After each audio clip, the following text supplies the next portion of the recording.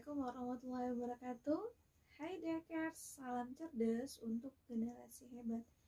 Kembali lagi bersama Teacher Lucy dalam mata pelajaran pengelolaan bisnis retail untuk kelas 11 BDP atau bisnis daring dan pemasaran, yang mana pada hari ini kita akan membahas tentang K3, kesehatan keselamatan kerja dalam bisnis retail.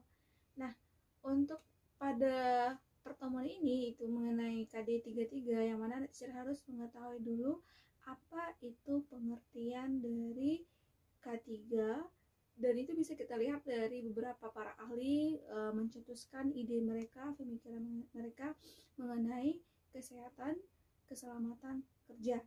Nah, untuk saat ini anak teacher bisa mengambil pemikirannya dari beberapa ahli atau bisa juga menggunakan pengamatan atau penglihatan anak teacher ketika melihat di berbagai perusahaan atau minimal di beberapa perusahaan yang menerapkan K3.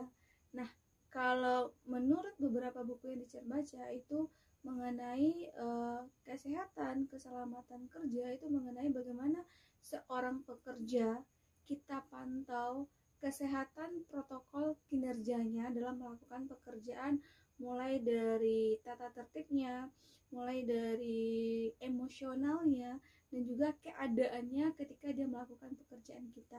Sehingga ketika melakukan pekerjaan, baik pekerjaannya resikonya rendah maupun resikonya tinggi, tidak terjadi kecelakaan atau tidak terjadi kerugian yang bisa merugikan fisik maupun psikologi maupun kerugian besar dari perusahaan.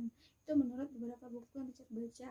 Nah, menurut anak teacher, silakan baca beberapa buku atau beberapa pendapat. Nah, apa menurut mereka kesehatan keselamatan kerja tersebut.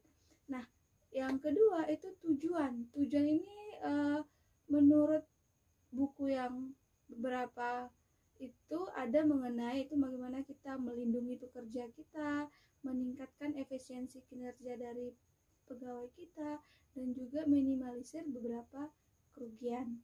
Nah, untuk anak teacher selanjutnya itu mencari undang-undang apa saja yang kita butuhkan untuk membantu para pekerja, baik pekerjaan ringan maupun pekerjaan berat di sebuah perusahaan, sehingga bisa kita bantu mereka ketika melakukan kesalahan pekerjaan atau kerugian dari pekerjaan. Kita lihat minimalisirnya gimana. Nah, kecelakaan pekerjaan itu pasti ada.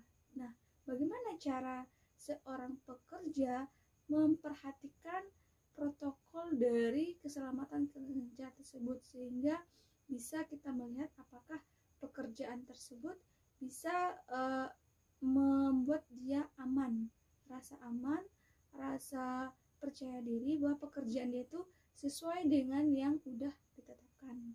Nah, untuk anak teacher, dari keempat poin tersebut silahkan dibuat catatannya dan di searching di sosial media.